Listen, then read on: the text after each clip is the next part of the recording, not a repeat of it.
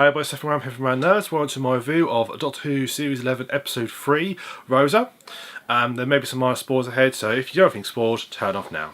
So the episode begins with a lady, Rosa Parks, getting onto a bus. She basically gets told she has to sit in the, basically pays her fare, gets told she has to get on via the rear of the bus. She wants to just walk down the aisle, because it's obviously the logical, quickest way to do it.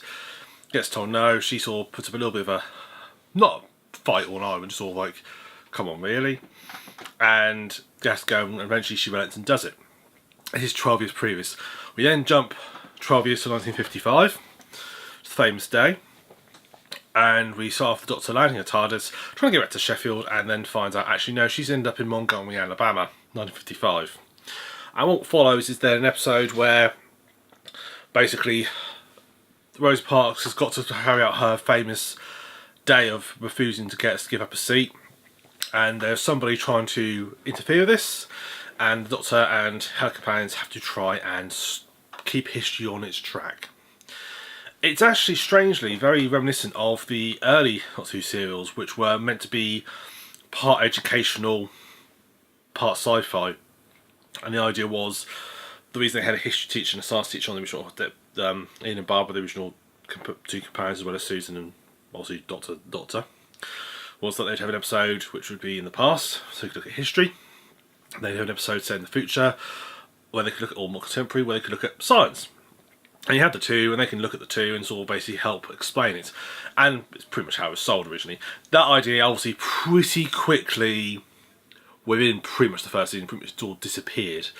And it feels weird that actually this episode is actually in some ways gone back to that day of showing an event that happened in history and explaining it and showing it in an interactive way, an engaging way, so that people understand what happened.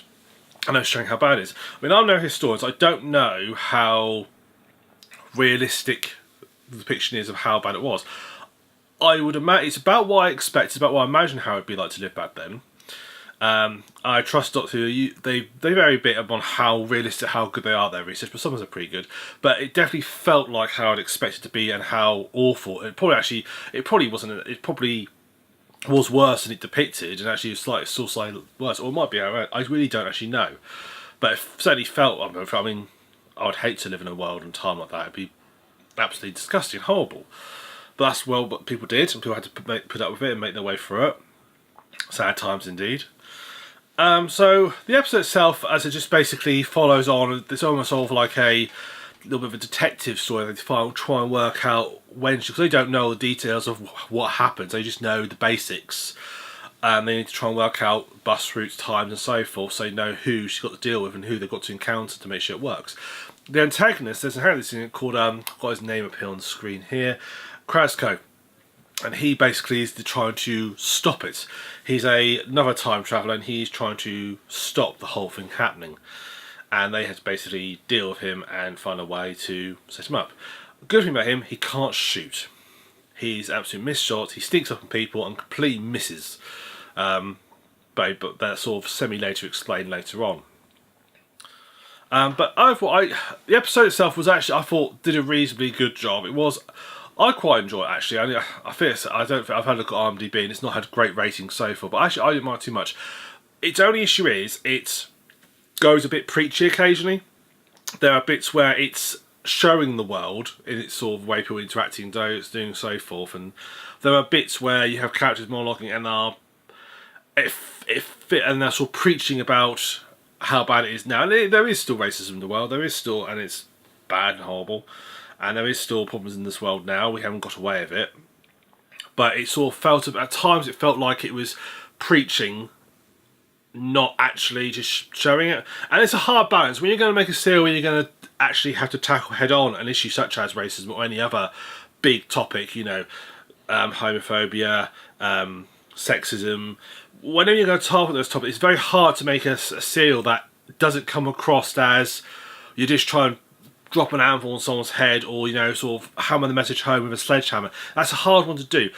I think overall the episode does it okay, but there are definitely some bits which rub me up the wrong way of, okay, you're pushing it a little bit now. That sort of doesn't really, what you're doing doesn't actually add anything. You're just monologuing a bit and pretty much going on.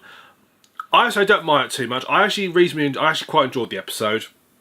I mean, it's definitely not a bad episode. Let me put it that way. It's not a bad episode, but I could see a few bits did annoy me about it. But overall, I actually really enjoyed the episode.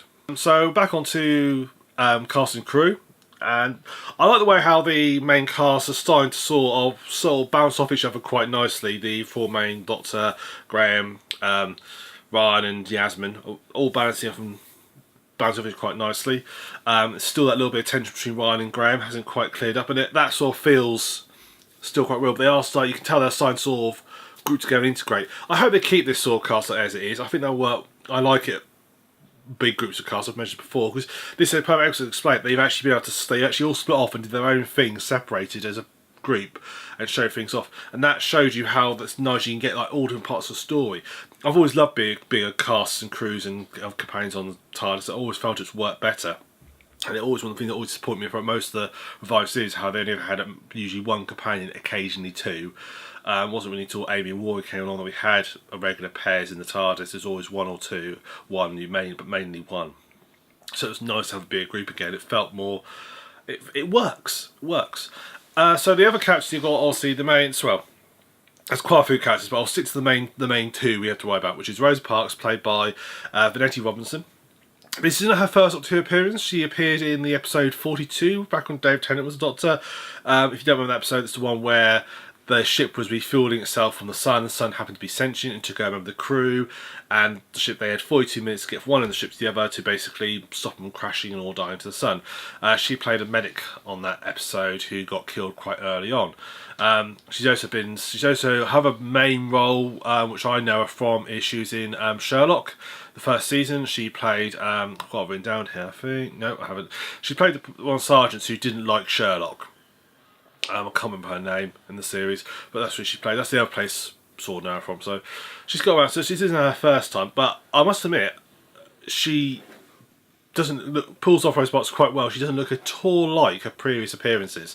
I mean, when I saw the picture of her in the other role she'd been in, I couldn't believe it was the same person. They've really done a great job of making her look the part, and she's really come off well. And the accent I thought was quite good, but having said that, being British, hearing accents, people you think, oh, that sounds like a quick accent. You don't realise it might be actually, to American ears, they might think it's actually a terrible accent. But I thought it sounded good to me. The other obviously main character is Krasko, who, although the antagonist, he's played by John Bowman. Although he's the antagonist, he doesn't really do a lot, to be honest. I mean, he sort of appears basically to be threatening and sort of monologue a little bit and sort of have these face off with the main characters, but he then sort of disappears a bit and sort of gets involved. So he's sort of in the background, but he's meant to be a reasonably menacing. I mean, sometimes it's nice to have an episode where the bad guy isn't like some big alien menace and so forth. It's just just a person who is just being nasty and just has a petty reason for doing something, and he has got a very petty reason for doing what he's doing. So I think he does a fairly well job for the character he's got, which doesn't appear that much, but he does a fairly good job of what he's doing, so that's quite good. There's loads of other side characters. I'm not going to go through them all because there's so many, so I'll just skip past them now. Production. So the area itself, I mean, the sort of setting, it looked to me, again, now the trouble is, wasn't there, not source in the history and so forth, it looked quite realistic. I'm not sure, I didn't actually look at what they filmed this, but it looked quite realistic. I do feel that the trouble is when you are not part of that culture, you can't see, oh, that's not right, you can't actually see it straight away. So it could be the sort of like fairy tale circus version of what Bongo was like in 1955, but it looked the part. It looked like it sort of made sense and felt like America from then, so that felt good. I think it looked good. I mean, there's nothing really particularly spectacular in this episode. It's a very down to earth episode. There's no particular big spaceship or something like that in here. It's just some very mild, basic CGI in the form of like his main gun and so forth. So nothing major, nothing special. But what little in there looks okay. Looks alright, it's good. I'm just going to sort of briefly speak about, actually before that,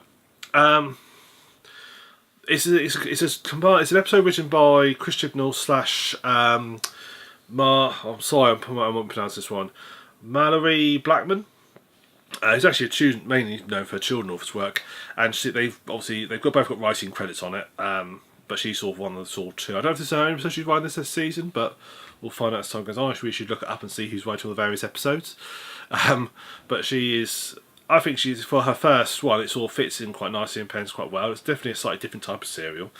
I thought that was quite good. Just a bit briefly on sort of more general stuff. Got a brief glimpse of the new TARDIS last week. Wasn't sold on it. I've seen a bit more of it this week. I don't particularly like the new TARDIS layout. It looks too... It's going to sound weird, too fake. It's meant to be more organic. It just looks weird. I don't particularly like the TARDIS. I think it looks just... I can't say, everything looks about it like it's just been made. It doesn't look like a big major production. It looks like it's been made on a budget by some Amdram people. It just looks very cheap and tacky and nasty. I'm not so keen on the new style TARDIS. But I love the new TARDIS sequence. That's a different matter. So that's worldly over great, but that's sort of a minor thing to add into there. So overall, I enjoyed this episode actually. I actually quite enjoyed it. It had its bad moments, but overall I actually enjoyed the episode. It's not, I would say, a spectacular episode. It's not going to be, it's not going to be forever one of the greats, but it's not going to be, oh god, don't watch that episode. It's an episode that's quite enjoyable to watch. It tells its story quite succinctly, gets its point across, if a little bit preachy at times, but overall I did enjoy the episode. So, I give it. I'm half happy if I've enjoyed it so far. So thank you very much for watching up the TheSuffolkRam. Hope you've enjoyed this review. If you have, please subscribe to the channel. We don't just do reviews, we also do a bi-weekly podcast as well. Our next one is this Saturday coming up. We're actually doing our 100th episode podcast this Saturday, so we're looking forward to that. And we live stream that on both Twitch and YouTube as well. So you can view it here on YouTube, or you can go and look on Twitch/RamNerds, and you can see the stream on Twitch as well. So if you'd like to join us for that. If not, I look forward to seeing you on my next review, where the Doctor looks like gets back to Cecil London, and it's something about spiders. Now I'm arachnophobic, so I'm not sure how long we'll do with that episode. So hopefully they keep it a little bit under wraps. So thank you very much for watching. I look forward to seeing you on the next week review. So until then, see you later, guys.